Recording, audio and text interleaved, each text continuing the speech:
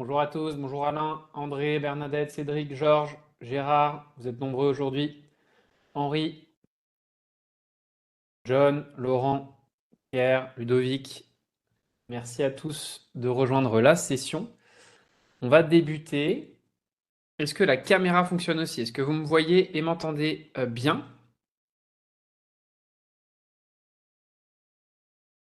Jean-Marie me dit oui. Très bien. Bienvenue à tous. Oui, donc le partage aussi. Super.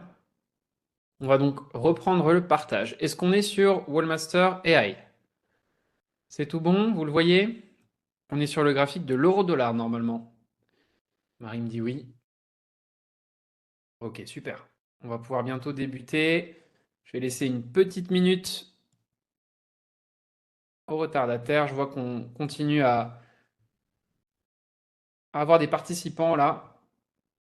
Bienvenue Alain, André, bienvenue à tous, Thierry. Super. Moi, je reconnais quelques prénoms de personnes qui avaient déjà suivi des formations auparavant avec moi et Waldata. Donc super, bienvenue à vous, bienvenue à tous. JBL me dit c'est ok. Super. Ok, très bien. Marie, si vous êtes d'accord, on débute.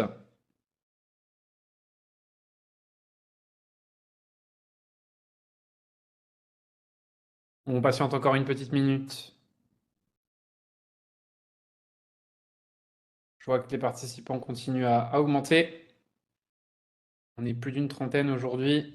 Bienvenue à tous. Jean-Patrick. Ok, Marie me dit ok. Bonjour Patrice. Bienvenue. Bonjour Alain, André. Bonjour à tous. Bienvenue dans la session du jour.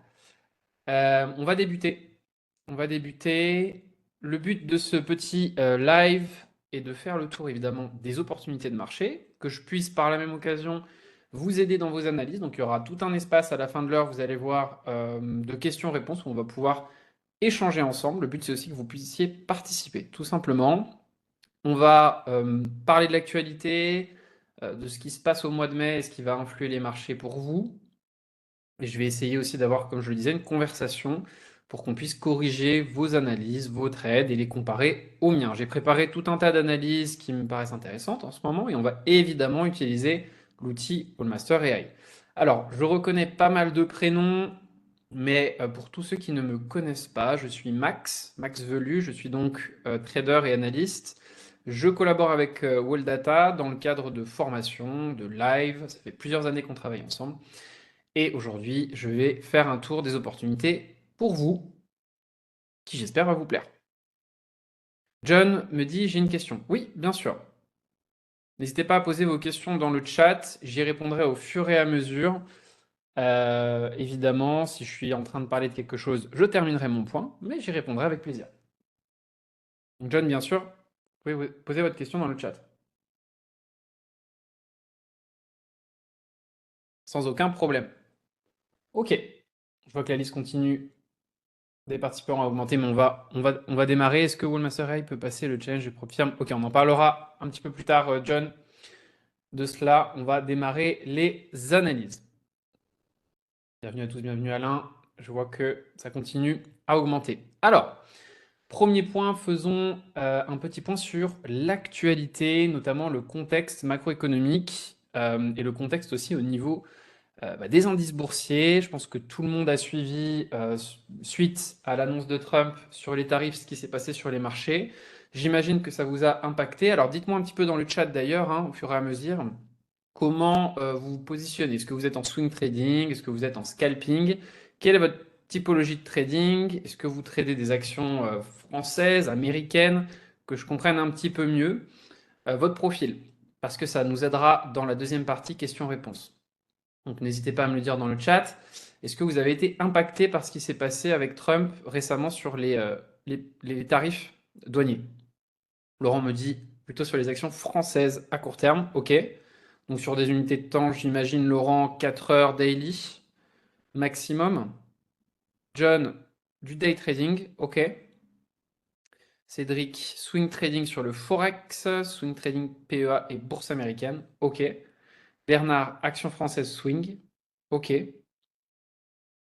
Tout le monde, ok, donc action française américaine et vous êtes tous en swing trading. Oui, Trump m'a fait gagner beaucoup d'argent. Donc, bah, super, super Jean-Fred. Jean-Fred, est-ce que tu as pris plutôt des shorts quand on a chuté sur les indices ou est-ce que tu l'as pris à l'envers, tu as attendu d'être sur les plus bas et tu as acheté? Dans quel sens tu t'es positionné? Franck, day trading, valeur américaine, unité de temps en 5 minutes. Ah d'accord, donc Franck, c'est plutôt, pour le coup, unité de temps 5 minutes, tu es plutôt dans ce qu'on appelle de l'intraday, voire du scalping, hein. D'accord, ok. Action française court terme. Bon, très bien. Je posais aussi la question sur les typologies d'actifs. Vous allez voir, j'ai fait exprès de prendre des actifs à la fois français, évidemment, avec le CAC 40, mais aussi américains, un peu de Forex, du gold, pour qu'il puisse y en avoir pour tout le monde, tout simplement. J'en ferai jamais de short, j'ai acheté le 4 avril. D'accord, ok.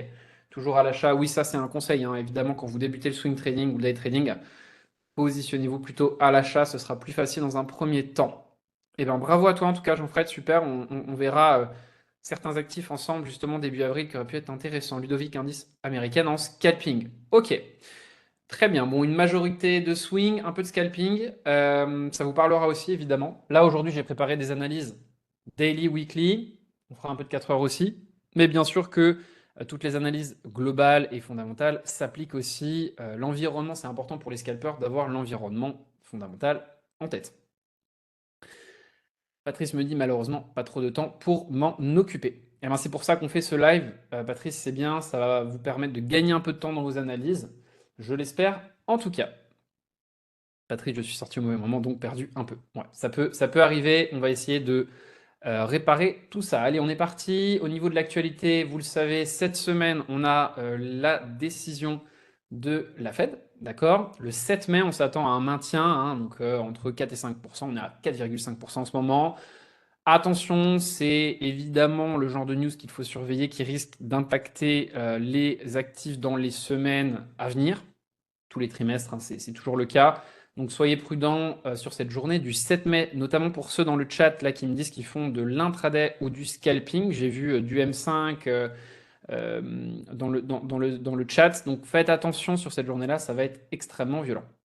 Voilà, donc en général, en intraday, en scalping, on évite de se confronter à cette volatilité. Et puis pour les swing traders, on va plutôt regarder comment le marché réagit, on va pas anticiper et on va se faire son idée à partir du 8 mai. Guerre commerciale entre les États-Unis et non plus. Alors avant, c'était uniquement la Chine sur l'ancien mandat de Trump. Maintenant, c'est le monde entier, grosso modo. Donc, évidemment, c'est le sujet qu'il faut surveiller. Euh, alors, j'ai une question selon vous dans le chat. À votre avis, est-ce qu'on a vécu un crash boursier ou pas? Je vais vous mettre évidemment le graphique du Nasdaq qu'on va analyser ensemble, c'est le premier point du jour. Est-ce que ce qu'on a vécu en live suite à la décision de Trump est un crash? Est-ce qu'on peut le qualifier comme un crash boursier ou pas? Est-ce que vous l'avez vécu, peut-être, vous l'avez aussi ressenti comme ça? Dites-moi dans le chat. Marie-Gabrielle me dit bonjour à tous, je suis obligé de partir à 17h50. Je compte vivement sur le replay. Pas de problème, pas de problème. Et puis on aura aussi la session dans 2 semaines, hein. C'est aussi ça qui est bien. On a des rendez-vous 2 fois par mois, donc on aura l'occasion de refaire du live ensemble, Marie-Gabrielle. Et il y aura évidemment le replay. Laurent, non, pas un crack. Louis-Marie, oui, non, non. Correction de marché, réaction à l'annonce. Ok, donc globalement, baisse de 15-20% proche du crack. Ok, non. Non, non, non. Donc globalement, j'ai des noms. Alors je suis assez étonné. Je pensais avoir un peu plus de oui dans le chat. Donc je pense que vous êtes assez avancé dans vos analyses. Et c'est très bien, évidemment. Donc la bonne réponse est non. On ne peut pas considérer en l'état cela comme un crash. Alors notamment quand on compare au cycle précédent du Nasdaq, hein, je vous rappelle que pour le cycle Covid, alors pour tous ceux qui ont déjà suivi certaines de mes formations avec Wall Data, hein, on trace notamment sur les cycles boursiers des Fibonacci. On a des niveaux de liquidité que je vais vous redonner juste après dans les analyses, hein. Et sur le dernier cycle donc, du Nasdaq qu'on avait eu, alors on a eu, donc il y a 2 cycles, on a eu le cycle du Covid, puis le cycle post-Covid. Sur le cycle du Covid, on avait retracé à peu près les 80% de Fibonacci. Et sur le cycle actuel qu'on a sur le Nasdaq, de bas en haut, on a retracé les 38,2. On ne s'est même pas arrêté sur les 50%. Donc, ça serait faux que d'appeler ce mouvement un mouvement de crack. D'accord? Donc, vous avez tout à fait raison. Ce qui s'est passé en réalité, c'est une prise de liquidité sous le niveau non pas des 18 500, qui était un niveau clé, évidemment, mais ça n'était pas ce qu'on appelle un plus bas légitime, il n'était pas chargé en liquidité. Le dernier point de structure était le niveau des 17 400, qui a été le plus bas responsable de ce plus haut en clôture. Et c'est ce plus bas-là, comme vous pouvez le remarquer, qu'on est venu liquider. Hein. On est bien venu passer en dessous des 17 500, si j'arrondis. On est allé chercher les 16 008 et on a réintégré. C'est donc une prise de liquidité hein, en schématique. Et donc non, on ne peut pas parler d'un crash. En revanche, et c'est tout mon point du moment, si on va regarder le VIX, alors vous connaissez le VIX, hein, qui est l'indicateur, ou un indice si vous voulez, de peur aux États-Unis, qui reflète la volatilité du S&P 500. C'est un très très bon indice pour vérifier la psychologie de marché et si réellement ou pas on rentre en période de crise. Patrice me dit, a priori, pas de crack, mais une consolidation. Tout à fait. Alors, le VIX, tout de même, et donc ça, il faut quand même le noter, a réussi une clôture semaine au-dessus du niveau des 40. Alors, je vous ai préparé plusieurs niveaux là-dessus. On a une frontière saine qui est le niveau des 40, qui tient globalement sur la vie du VIX hein, depuis sa création, depuis les années 2000. Si on veut, la zone des 40-45 est clairement une zone frontière. Quand on est en dessous, on est plutôt dans des conditions de marché relativement saines, relativement normales. Évidemment, hein, c'est relatif. Le range bas est entre 20 et 0. Mais globalement, voilà, le niveau des 40 tient bien, si vous voulez. On a eu le flash crack, je pense que vous l'avez tous suivi cet été en août de mémoire du Nikkei, qui a été complètement absorbé. Vous le voyez sur ce beau marteau. On est passé au-dessus des 40, mais on a échoué à clôturer au-delà. Donc c'est une crise qui a été avortée. En revanche, cette fois-ci, on a bien eu une clôture au 31 mars, première semaine d'avril, que vous avez tous vécu, au-delà du niveau des 40. Pour ceux qui font de l'intraday, pour ceux qui font du day trading, sur le Nasdaq notamment, et les indices globalement, la volatilité était absolument incroyable. Hein. J'ai vécu une session de mémoire le 7 avril. En 40 minutes, le Nasdaq futur a pris 10%, puis les a reperdus. C'était extrêmement volatile. Je pense que vous l'avez vécu, dites-moi dans le chat. Donc voilà, c'est quand même à notifier. Il y a eu un vrai effet de panique qui s'accompagne toujours hein, dans une crise. On doit avoir cet effet panique. Je vous ai mis les niveaux du Covid et de 2008. Regardons un petit peu comment le marché en graphique, je le répète, weekly, il faut le regarder en bougie 10 semaines, ce graphique, sinon il ne sert à rien. En daily, on aura trop de faux signaux. Alors moi, ça faisait longtemps que je ne l'avais pas regardé hein, depuis le Nikkei, parce qu'on n'a pas des signaux tous les 4 matins. Mais quand on dépasse le niveau des 40, il faut vous mettre en alerte. Et pour tous ceux qui sont très chargés sur leur portefeuille action, il faut faire attention. Quand on rentre dans ces conditions de marché, on est en danger. Surtout sur ceux qui sont très chargés à l'achat, sur des hauts de marché, sur des top performers du Nasdaq ou d'autres actifs, d'autres indices. C'est très important de le surveiller. Donc regardons le niveau du Covid que je vous ai mis ici. On était en 2020, on a fait une mèche au niveau des 80, une clôture au niveau entre les 60 et les 70. Ça, c'était un niveau de crise. Le niveau de 2008 est juste au-dessus, on n'est pas bien loin, au niveau des 90, d'accord? Et une clôture au niveau des 78. Globalement, oui, on arrive à clôturer au-dessus des 40, entre 40 et 45. Si on dépasse les 45, en général, on a un vrai départ en crise, d'accord? Donc là, on a eu un vrai départ de panique, c'est important à noter. De mon côté, je me suis donc à ce moment-là délesté un petit peu de certaines actions que je pouvais avoir pour éviter ce risque de panique et de cascade de liquidation. Maintenant qu'on a réintégré ce niveau-là et qu'on re-rentre dans le range des 20-25, en effet, la situation est bien plus intéressante. Et donc, pour tous ceux qui me parlaient de prendre des achats, je crois que c'était Jean qui me disait tout à l'heure qu'il avait pris des achats sur ce retour. Une fois que le VIX s'était calmé, ok, on peut s'y remettre. En revanche, attention à surveiller ce niveau-là. Si on avait une deuxième attaque vendeuse ou un événement exogène, géopolitique ou autre, on pourrait repartir en panique et cette fois-ci peut-être avoir une crise. Donc attention à surveiller ce niveau-là, ça nous donne quand même un sentiment de marché, d'accord? Cette panique-là, elle montre tout de même la psychologie des investisseurs qui est de plus en plus fébrile.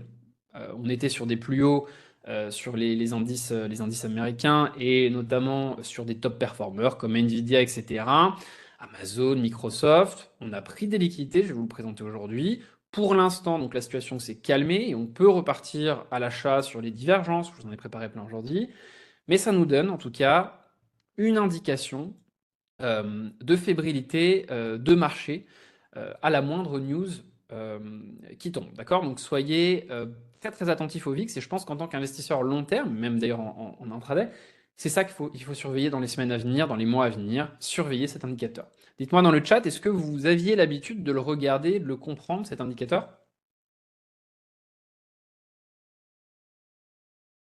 Est-ce que ça vous parle? Marie-Gabrielle me dit rarement, non. Ok. Peu, j'ai pas mal de noms. Jean-François me dit que oui, globalement. Cédric, non. Ok, donc j'ai quand même plus de noms. John me dit qu'il ne l'utilisait pas encore. Ok, super. Donc, ça va être un ajout à ton attirail d'outils. Très bien.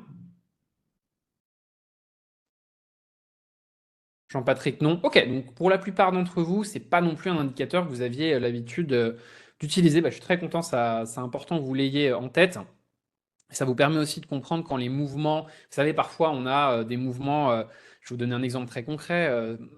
Rappelez-vous de la chute du Nasdaq en 2022. Je vous montre ça tout de suite. On va retourner sur le Nasdaq qui est juste là.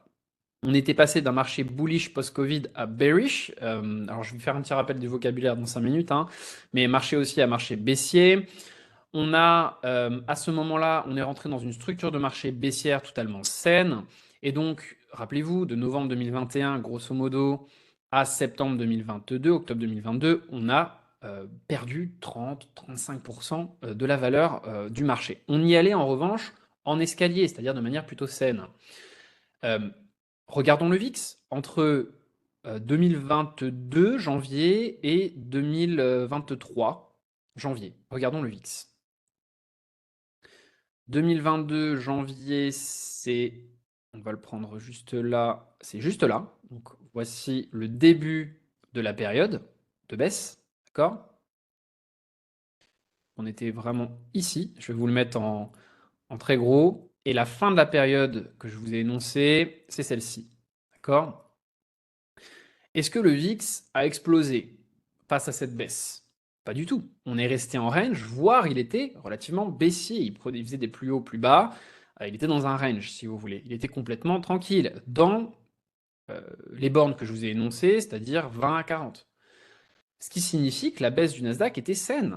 C'est d'ailleurs une baisse, pour ceux qui connaissent un peu Fibonacci, qui ont peut-être suivi quelques formations que j'ai déjà pu donner, on a eu une baisse tout à fait saine sur les 61,8. Et ça, on peut le voir dans le VIX. D'accord? Donc quand j'ai eu cette baisse ici et que j'ai eu mon VIX qui a explosé, ça ne me donne pas la même information. C'est ça qui est important à comprendre.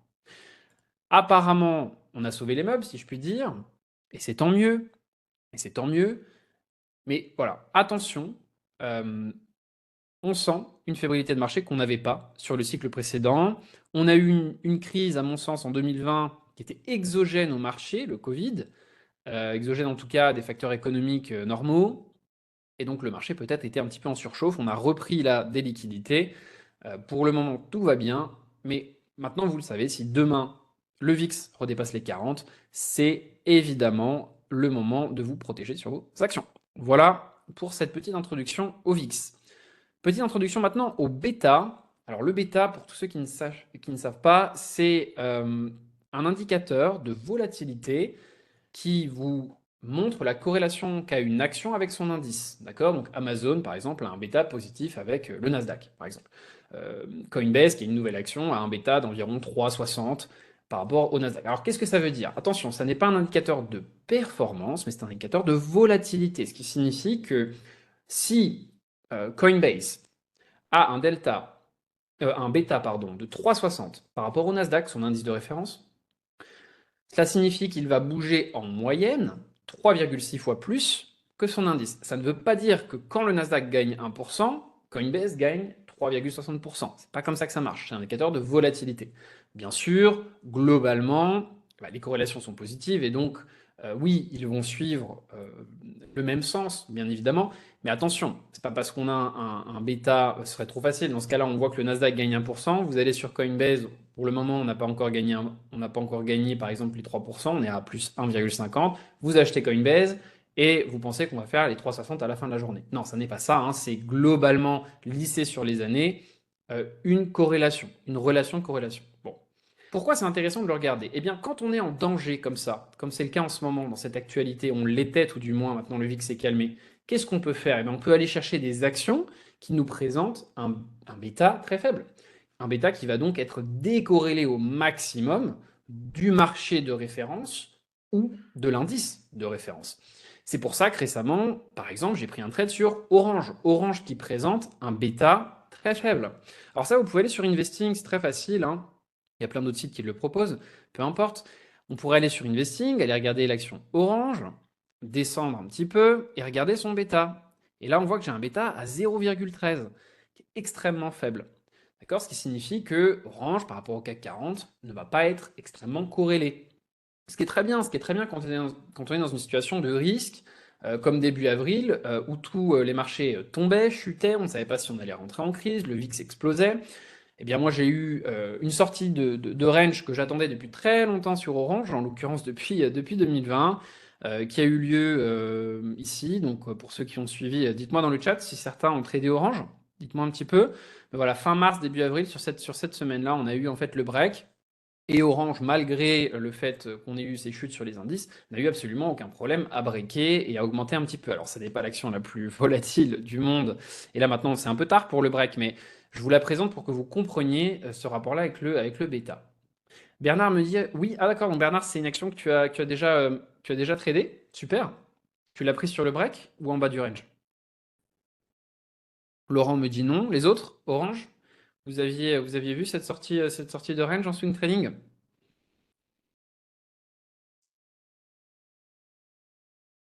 Avec une belle divergence donnée par Wallmaster d'ailleurs en momentum ici entre le 11, entre novembre et décembre, qui a vraiment donné le point de départ de la cassure du range. Donc pour tous ceux qui avaient pu à l'époque en profiter, c'était vraiment un super signal pour le coup. Jean-François, non, non. Bernard, en bas. Ah, super Bernard. T'es rentré sur la divergence, j'imagine? Je la suis depuis des années. Oui, de même. Ok, donc sur cette divergence, j'imagine que tu avais dû en profiter.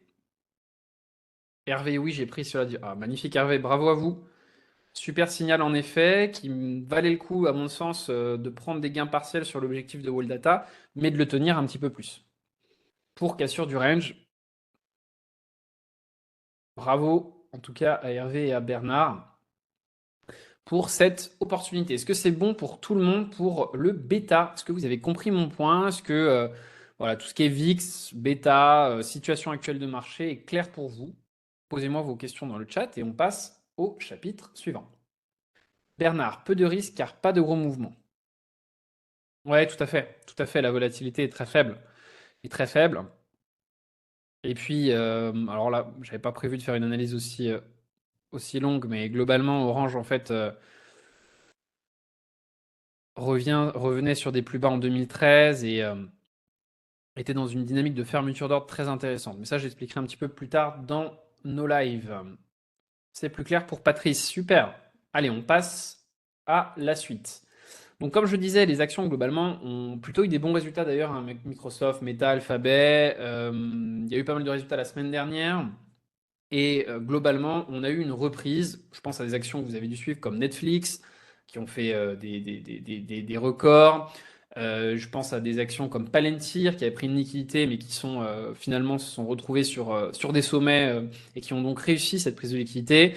C'est plutôt très bon signe. En effet, on a une reprise. Maintenant, on va voir cette semaine, et à mon avis, c'est vraiment ce que les investisseurs attendent. Rappelez-vous de cette date, le 7 mai.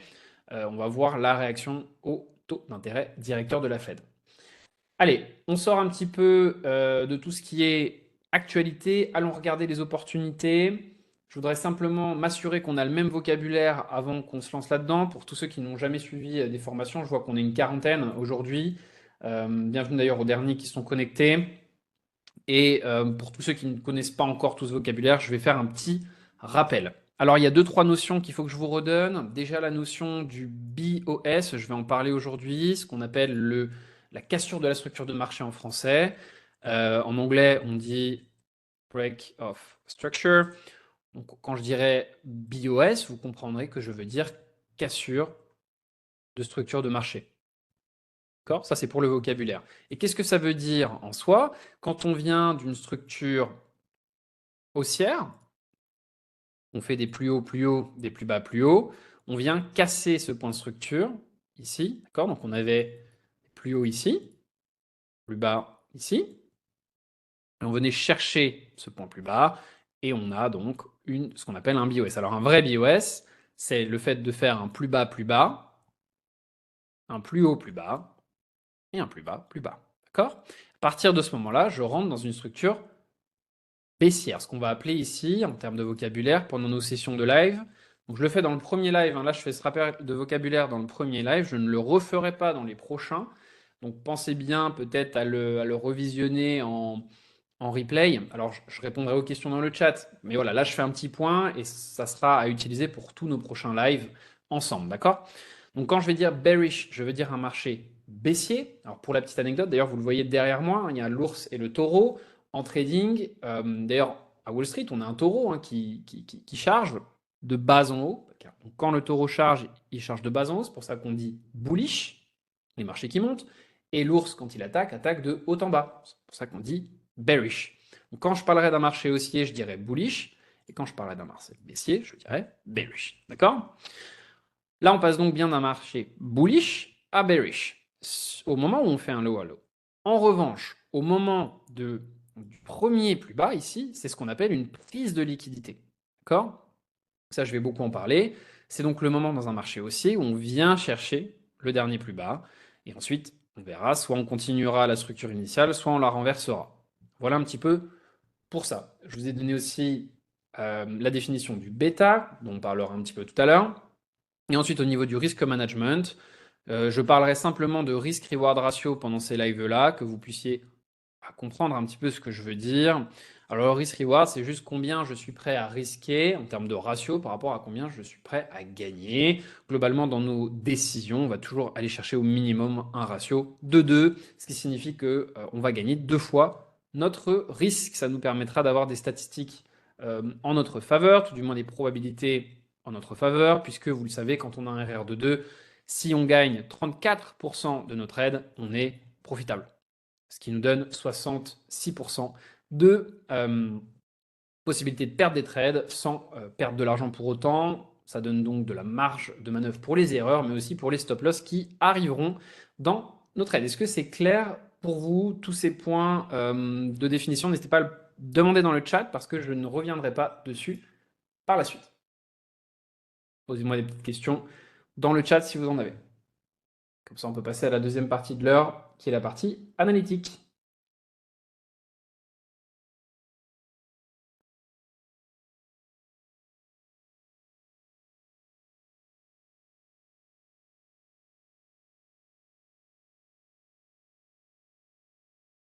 Il y a des questions dans le chat?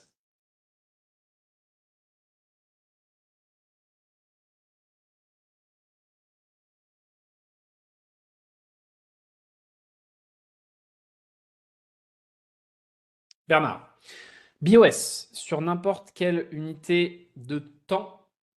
Alors, cette question-là, oui, oui, oui, le principe que je te donne là, Bernard, fonctionne sur n'importe quelle unité de temps, peu importe si tu es en 4 heures, daily, 1 heure, le principe reste le même, bien sûr. Oui, oui, tout à fait.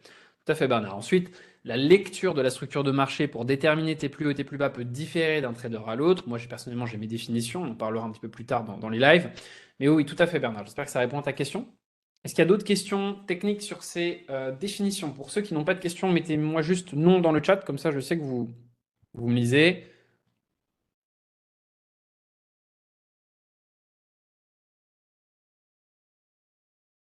Non, ok, non, non, non, pas de questions. Donc c'est clair pour tout le monde, génial. Parfait.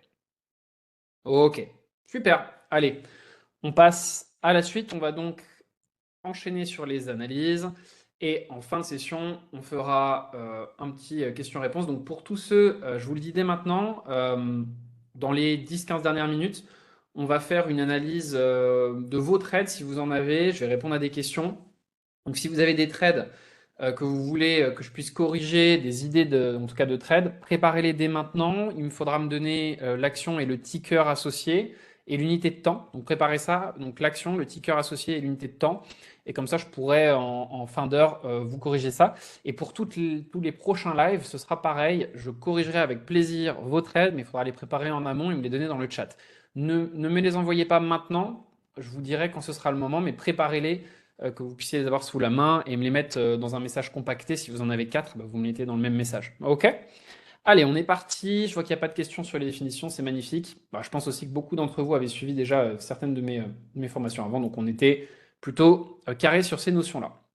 Allez, on va commencer par s'intéresser au CAC 40 et ensuite on va aller sur du SP500, du Nasdaq, du Gold et de l'euro-dollar. Donc on a pas mal de choses à faire ensemble. On va charger un petit peu ça, se mettre en divergence journalière, dans un premier temps. Et on est parti sur les premiers signaux. Alors, déjà, hop, je vais me remettre sur l'autre liste. Quelle j'avais pris? Non, j'avais bien pris la bonne, c'est tout bon. Parfait. Alors, j'avais repéré quelques valeurs pour vous. La première qui me paraissait déjà intéressante, c'était la valeur GBP Garbet. Peut-être que certains d'entre vous l'ont déjà vue. On va aller la regarder ensemble. Donc, GBP Garbet, où est-ce qu'elle se cache?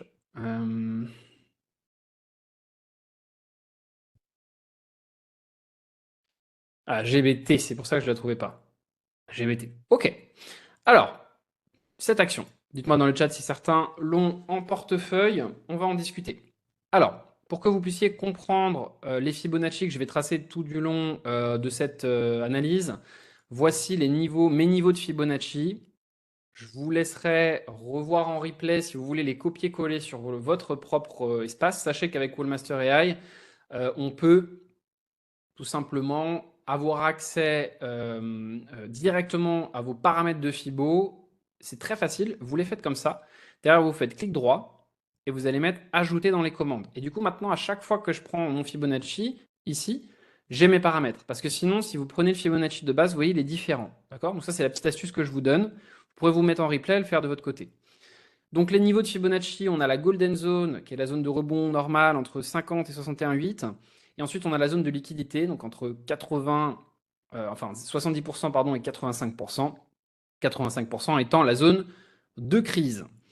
Alors, sur Guerbet, on a un cycle de crise, tout simplement. Donc, on a eu un cycle aussi extrêmement sain de 2011 à 2020 et on rentre en période de crise. On était rentré dans la zone de liquidité dans la période donc 2021 jusqu'à 2022. On a eu une prise de liquidité, puis on est revenu chercher les 100%. Et donc ça fait écho à ce que j'expliquais tout à l'heure sur les BOS. Soyez prudents lorsque vous êtes dans un marché en crise. Pour vos BOS, attendez bien que la structure globale se retourne complètement avant de faire confiance à un achat long terme. Je m'explique. Ici, sur cette action-là, regardez ce qui s'est passé. Très intéressant. On arrivait à l'époque dans la zone 85-90, qui était une zone qui pouvait nous séduire, puisqu'on n'avait pas été aussi bas depuis le début du cycle, hein, depuis plus de 10 ans. Donc imaginons qu'on ait des divergences, qu'on ait des signaux là-dedans.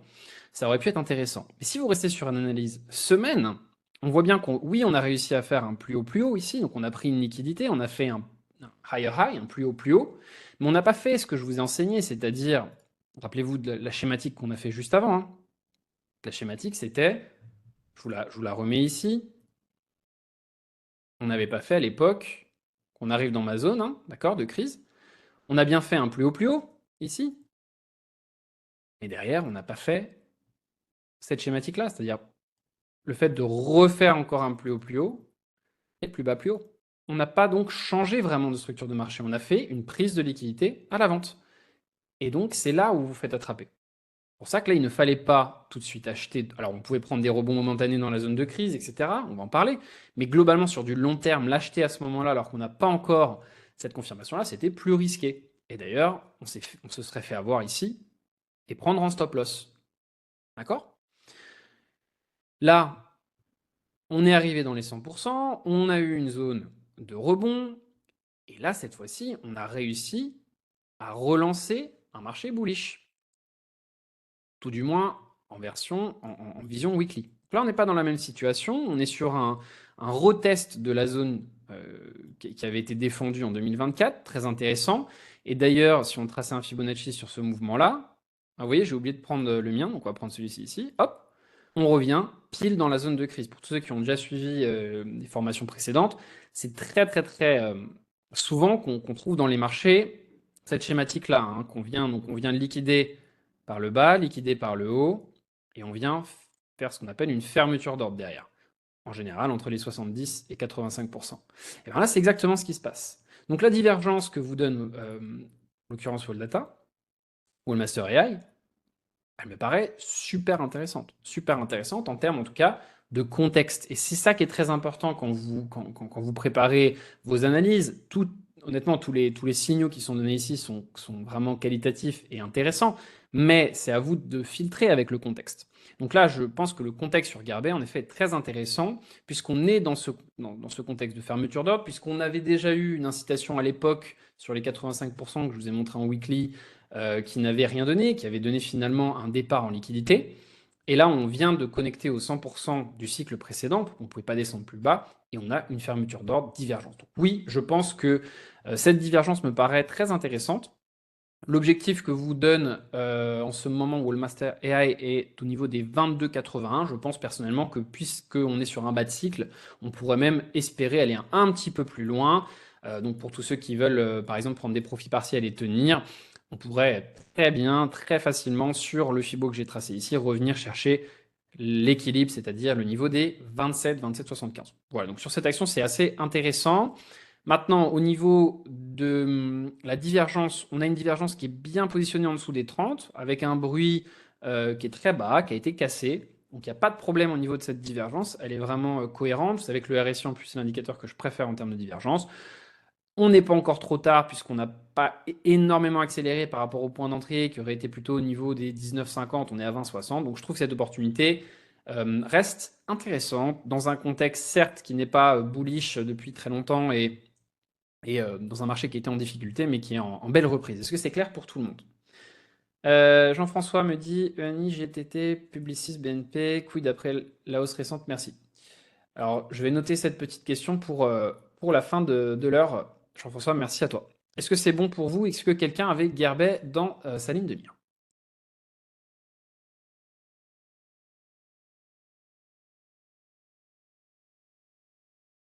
On va passer à celle d'après, TRI.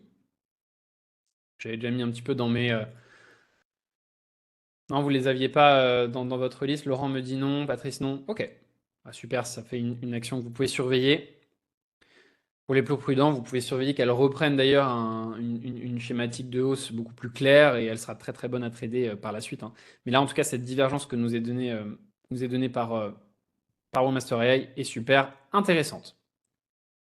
Toutes les actions que je vous donne, hein, de toute façon, m'ont été données par Master AI quand je faisais mes recherches. D'ailleurs, on les voit, les divergences en direct, hein. Donc c'est super intéressant. Alors Trigano. On a une belle divergence stochastique, parce que vous savez que dans cet outil, on peut avoir des divergences en RSI, en stochastique, en WTI, en momentum. Il y a énormément de façons d'en trouver. C'est pour ça que c'est top, parce qu'en fait, cette barre d'outils va faire les recherches en permanence sur tous les assets de votre indice et vous donner la divergence qui correspond avec les ratios, etc. Donc cette divergence, elle me paraît sur le papier intéressante, puisqu'on pourrait en plus combler un gap. Ok. On va aller regarder le contexte weekly. Regardez le contexte weekly et je vais vous poser la question dans le chat. À votre avis, est-ce que le contexte sur cette divergence, donc là où on est dans le weekly, est-ce que ça vous paraît être intéressant? si vous réfléchissez en principe de liquidité, en zone de support et de résistance, ou de demande et de supply, est-ce que là, ça vous paraît être une bonne zone pour investir sur cette divergence, sur Trigano? Dites-moi dans le chat.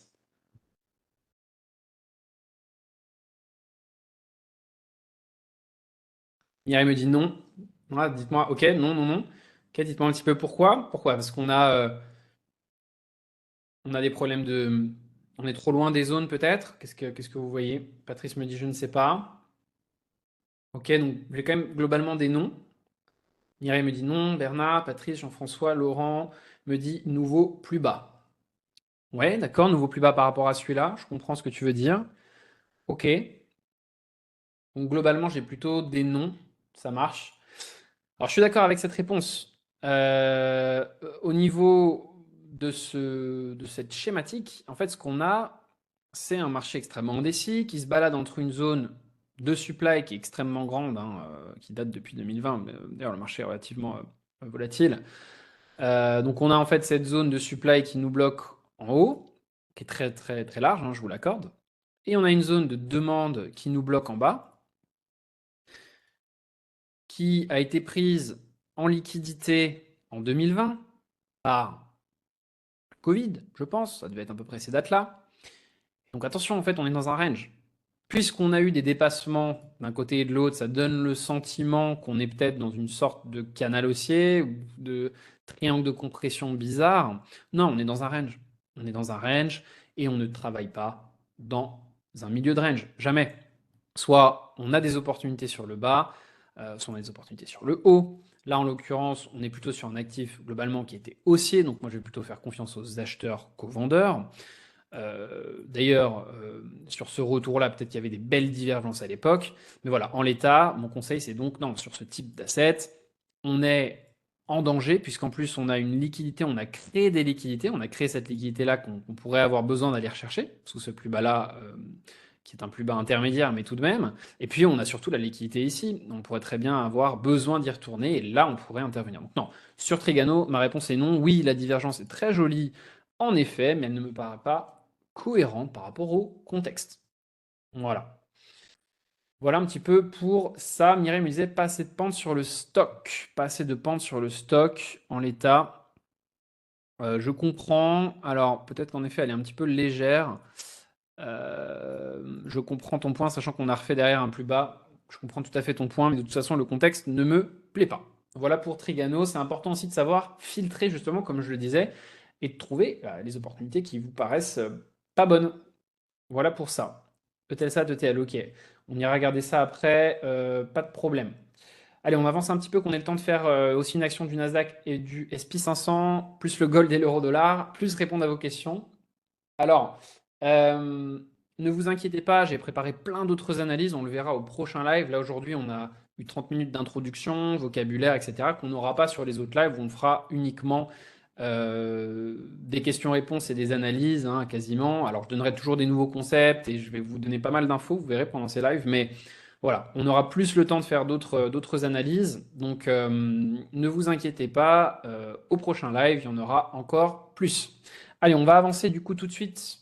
J'en avais encore d'autres sur le CAC 40, mais on n'aura pas forcément le temps aujourd'hui. On va aller regarder quelques actions du Nasdaq qui me paraissaient vraiment intéressantes. Alors, première action que vous connaissez déjà par cœur, puisque c'est un top, normalement, performeur, c'est l'action AMD,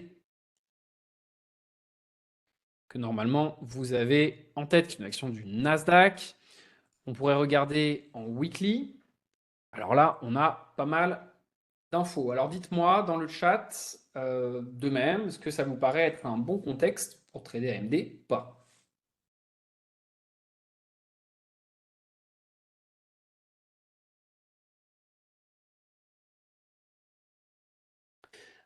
Patrice, pour constater votre démonstration, il nous faudrait peut-être un indice supplémentaire. Dites-moi, Patrice, qu'est-ce que vous voulez dire par là? J'ai pas compris.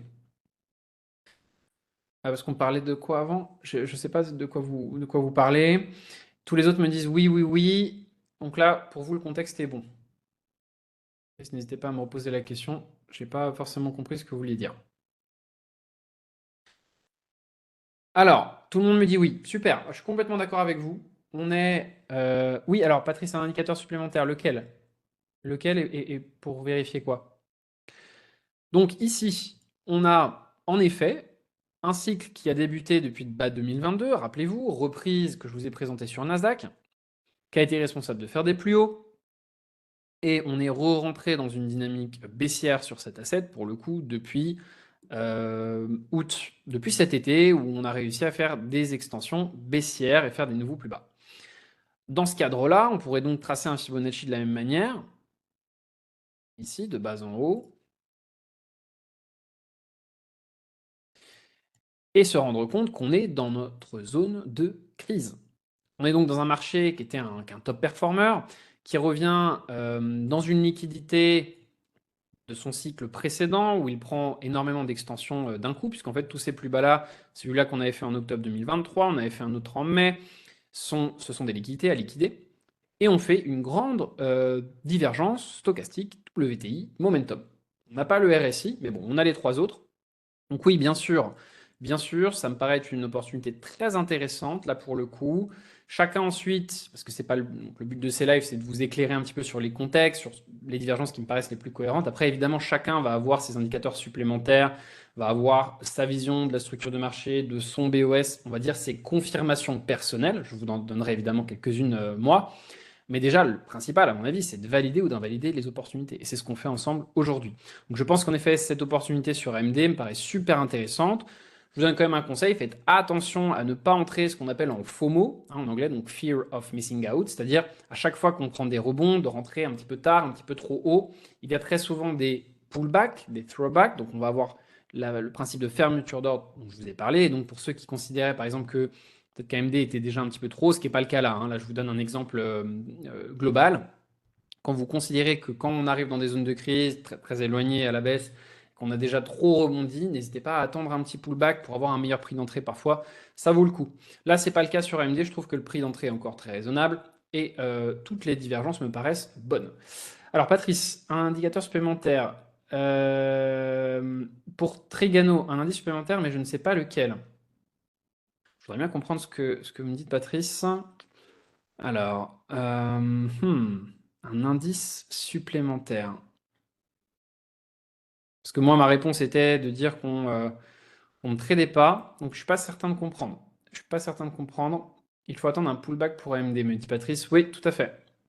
Vous pouvez en tout cas. Vous pouvez en tout cas, c'est pas obligatoire.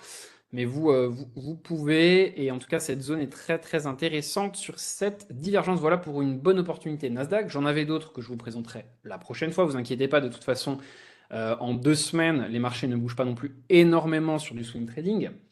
On va aller chercher maintenant une opportunité sur le SP500, qui va être une opportunité OMC présentée par Wall Master AI aussi. Patrice me dit un indicateur supplémentaire associé à la div pour Trig. D'accord. Alors vous me direz la prochaine fois peut-être lequel? Quel indicateur supplémentaire à la divergence? Si c'est un indicateur de confirmation de la divergence, comme je l'avais déjà précisé dans pas mal des formations, sur notamment la formation de Divergence Pro, on a en général le critère du bruit qui peut être intéressant pour avoir des critères de volume, des critères de momentum. Et ça, pour le coup, on pourra en parler au prochain live, si tu veux, Patrice. Mais je ne sais pas de quel indicateur tu parles exactement. Mais j'imagine que ce sont des indicateurs de confirmation, c'est ça? De ta divergence, c'est ça que tu veux dire? Dans ce cas-là, on en parlera la prochaine fois. Ok, ok, ça marche. À l'heure actuelle, tu utilises lesquels? Dis-moi dans le chat. Allez, on avance. Donc, OMC, on a en weekly prise de liquidité qui me paraît intéressante. Euh, alors, très intéressant donc sur Omnicom Group, je vais y arriver. On a un marché globalement bon, qui a eu une open ici qui était un petit peu hasardeuse, mais ça c'est très souvent le cas, sachez-le, hein, quand un marché ouvre. Ça me fait penser ça à la cotation du Nasdaq d'ailleurs à l'époque. Avant les années 2000, vous prenez le Nasdaq, c'est exactement ça. On a eu un début de hausse, puis retour très très bas, puis début de vie.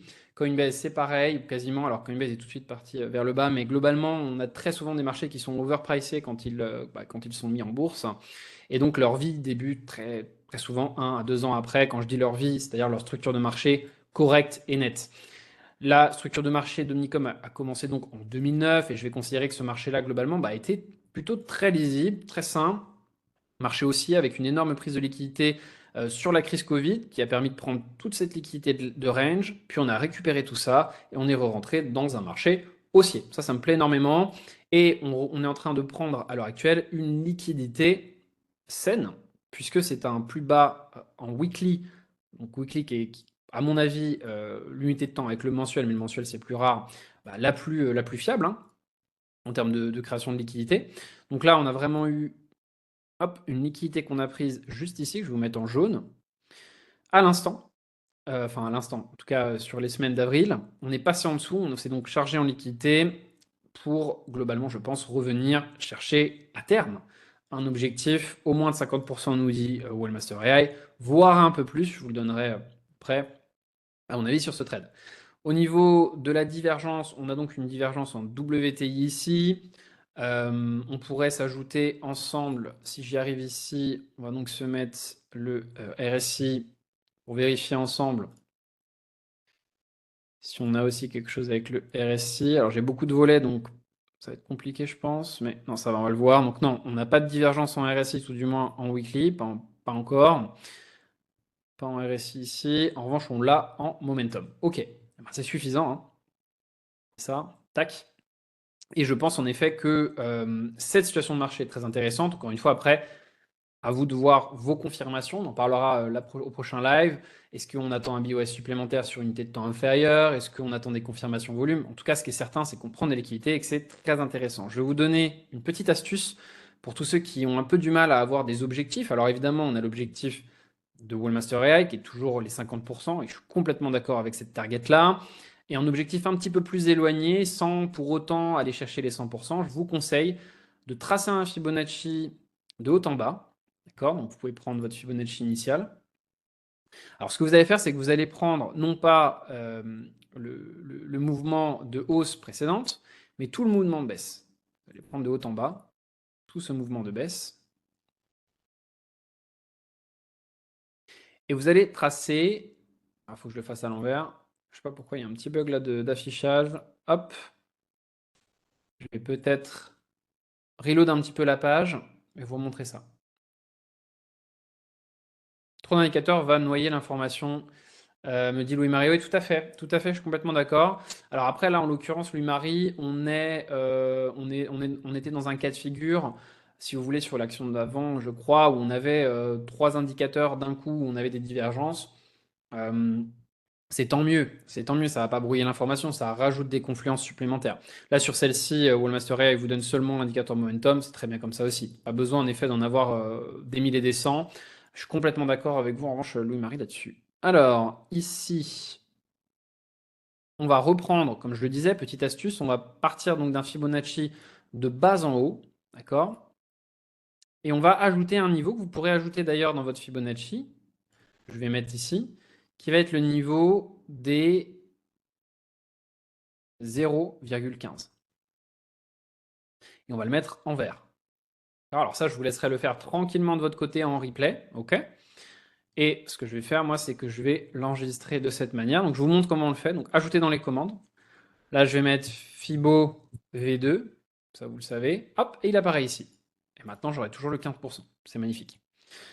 Le niveau des 15%, il est très intéressant parce que globalement, même s'il est imparfait, il va quand même vous donner ce qu'on appelle un niveau d'order block, c'est-à-dire en fait un niveau dans lequel le prix est censé réagir à la baisse. Quand on va revenir tester les anciens plus hauts, on va avoir une bataille entre acheteurs et vendeurs là-dedans, entre supply et demande, et on risquerait d'avoir un rejet, voire un retournement, puisqu'une prise de liquidité en général évidemment finance la suite, mais parfois elle finance simplement le rebond de liquidité. Et donc ça donne lieu, à mon sens, à un très bon niveau de take profit, soit partiel, soit plein, si vous ne croyez pas à la suite du breakout. Et ça vous donne donc un objectif un peu plus éloigné que celui de Wallmaster AI, qui est à 50% à la base, et toujours raisonnable. Voilà, donc ça vous donnera un objectif un petit peu plus éloigné que vous pouvez utiliser en prise de liquidité sur vos Fibo, le niveau des 15%. C'est vraiment un super niveau d'OB. On verra bien ce que donne celui-ci. Est-ce que c'est clair pour tout le monde? Est-ce que c'est bon? Voilà, on a fait une petite opportunité sur le SP500. J'en ai préparé d'autres qu'on verra la prochaine fois. On va terminer par une analyse sur l'euro-dollar et sur le gold. Pour vous donner un petit peu mon ressenti, je répondrai à 2-3 questions. Et on fera plus de corrections de vos analyses la prochaine fois. On va manquer un petit peu de temps aujourd'hui. Je vais en corriger une ou deux grands max avant qu'on clôture cette session. La prochaine fois, on y passera vraiment beaucoup de temps, ne vous inquiétez pas. Alors, le gold, on a eu un cycle très haussier depuis la cassure de son range. On avait une magnifique prise de liquidité, je vous en parlerai plus la prochaine fois, en 2022. Et donc là, à l'heure actuelle, je vous appelle à la prudence pour tous ceux qui shortent déjà. À mon avis, il ne faut pas être vendeur à l'heure actuelle sur le gold, c'est trop tôt, on n'a pas encore de signaux de retournement clair. Et pour tous ceux qui veulent acheter, attention à ne pas rentrer dans du FOMO, justement, quand le marché a déjà trop accéléré et qu'on se met à l'acheter trop haut.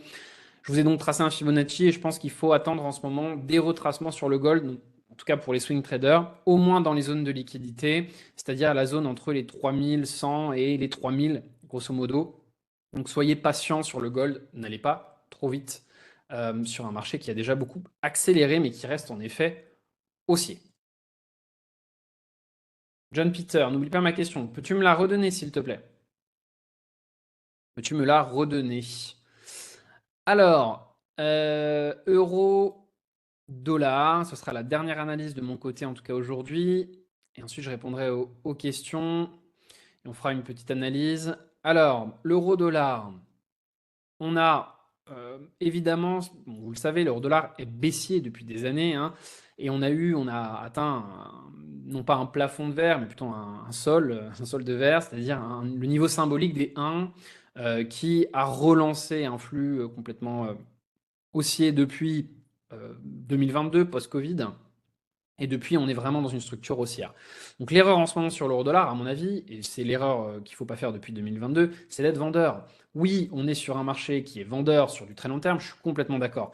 Mais depuis qu'on a atteint ce niveau clé stratégique, on est re-rentré dans une structure de marché haussière et un flux extrêmement haussier. On en a la preuve ici, avec cette magnifique prise de liquidité sous ses plus bas. Hein, on a fait un range ici de 2023 à 2024, on a pris une magnifique liquidité. Regardez cette divergence weekly qu'on avait sur la plateforme Wallmaster AI, magnifique, qui a financé ce breakout. Et là, on vient de breaker. On vient de breaker ce range. Donc, évidemment qu'on reste haussier sur l'euro-dollar. Est-ce qu'on a envie de rentrer sur ce breakout-là? Attention, rentrer sur des breakouts ici, vous vous exposez, vu que vous allez mettre un stop au milieu du price action à vous faire liquider. Donc non, je pense qu'il faut attendre des niveaux de divergence en daily, en 4 heures par exemple, à la hausse dans les semaines qui viennent. Et la divergence baissière qui vient d'apparaître sur l'euro-dollar, à mon avis, n'est pas safe puisqu'elle elle est pile là dans un flux haussier et dans une cassure de range à la hausse. Donc non, évidemment, et ça c'est ce que je voulais vous donner aujourd'hui. Moi, en tout cas, personnellement, je ne vais pas trader cette divergence baissière. Je pense que le contexte est beaucoup trop risqué, tout simplement. Je vais répondre à vos questions. J'espère que toutes ces analyses vous ont plu. Il y en aura plein d'autres qui viendront la prochaine fois. C'était une session introductive. J'espère que le format vous plaît. John me dit, est-ce que si j'achète ce système Wallmaster AI, le dernier niveau, est-ce que ça peut aider mes trades pour passer... Ah, est-ce que ça peut m'aider pour passer des propres firmes? D'accord. Alors, oui, bien sûr, ça peut t'aider pour passer tes propres firmes. En revanche, il faudra donc, à mon sens, que tu prennes des propres firmes qui te permettent d'être en mode swing trading. Alors, tu pourrais aussi le faire en intraday. Hein. D'ailleurs, on a les cotations intraday. Il y a aussi des divergences. Mais mon conseil, notamment quand tu débutes, pour que tu sois plus sécurisé et que tes analyses soient meilleures, plutôt de te mettre en swing trading. Il y a des propres firmes qui le proposent hein, à l'heure actuelle. Voilà, donc pense juste à ça. À te mettre plutôt sur des UT, 4 heures daily et d'avoir le droit, dans le cadre de ta propre firme, de garder tes trades overnight et overweek. C'est surtout ça qui est important. Allez, je vais corriger une ou deux valeurs pour terminer. Mettez-moi peut-être dans le chat quelques valeurs et puis je choisirai les plus intéressantes euh, pour terminer cette première session. Avec plaisir, John, pas de problème. Dites-moi un petit peu, là j'ai quelques valeurs d'Anonymous, mais je vais attendre d'en avoir d'autres pour pouvoir donner un petit peu la chance aussi à tout le monde de voir leurs valeurs. BNPP, ok. Je vais commencer par une Anonymous, ensuite j'en prendrai d'autres. On va prendre ETL, Eutelsat. Allez, on va prendre ETL. On va regarder parce que ça me paraît intéressant. Alors, ETL, reprise. Alors, ça, je n'aime pas beaucoup cette typologie de marché. On est vraiment sur un marché qui ne fait que baisser. J'ai pas de cycle précédent en face de moi, donc ça me plaît pas. Ça me plaît pas. Il faut qu'on ait des cycles qui soient sains, bien, bien. Toi, c'est pas pareil quand tu as un cycle haussier et que tu reviens sur les niveaux de début de cycle comme on l'avait à l'époque là. Là, on fait des plus bas historiques en permanence. Donc non, ça c'est pas un actif qui m'intéressera du tout. Pour le coup, Anonymous, à mon sens, je ne le, sauf si tu as des inside information en fondamental, je ne le regarderai même pas de manière technique. En revanche, tu m'as mis GenFit, on va aller regarder GenFit. Ok, donc GenFit, c'est pas pareil. Tu vois, là, tu reviens sur un cycle, sur l'intégralité de ton cycle. Là, c'est intéressant, mais tu es dans une dynamique de crise. Donc, on est revenu chercher les 100%. Donc, il faut que tu sois très patient et prudent là-dedans. La bonne nouvelle, c'est qu'on a cassé les 90%, on est au niveau des 100 et on est dans un range. Donc, ça va être plutôt facile à analyser pour toi. Il va falloir bien évidemment que tu attendes la cassure de ce range. Alors là, il y a eu quelque chose de très intéressant. On a eu une prise de liquidité par le bas. Parce que, comme tu le vois, on est venu liquider le plus bas du range ici. Super intéressant. Elle va peut-être financer la cassure. Donc là, à surveiller. Mais en tout cas, tant que tu restes à l'intérieur de ce range, bah, c'est risqué. Et patiente bien que ton flux se remette avant d'intervenir. Et si tu interviens, mets bien des stop loss. On a tendance à voir les choses à l'envers. C'est-à-dire quand on se dit qu'on est déjà très bas, par exemple ici à 12, on se dit, ah bah non, on peut pas aller plus bas, on peut pas perdre beaucoup plus. Si, si, si. Même en achetant à 3,50, 4,50 ici, vous pouvez perdre 50, 60, 70%, hein. Il suffit que l'action redescende à 2 et ça représente 50% de l'investissement. Donc attention, c'est pas parce qu'on est super bas que le risque, qu'on n'a plus de risque. Faites attention à ça et ne prenez pas d'effet de levier non plus hein, dans vos positions, bien sûr. Ok? On va aller passer sur une autre. BNP, j'ai eu de Jean-François. Allez, on va regarder BNP. BNPP, on va prendre celui-ci. Est-ce que j'ai la bonne action, Jean-François? Est-ce que c'est celle-ci? Hop, ça vient en tête. Alors pour ta dernière question, John, je vais laisser l'équipe de All Data répondre. Ça, c'est des questions techniques.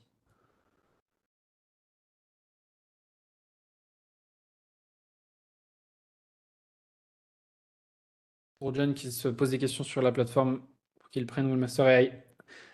Jean-François me dit oui. Ok, très bien. Alors, on a eu sur BNP.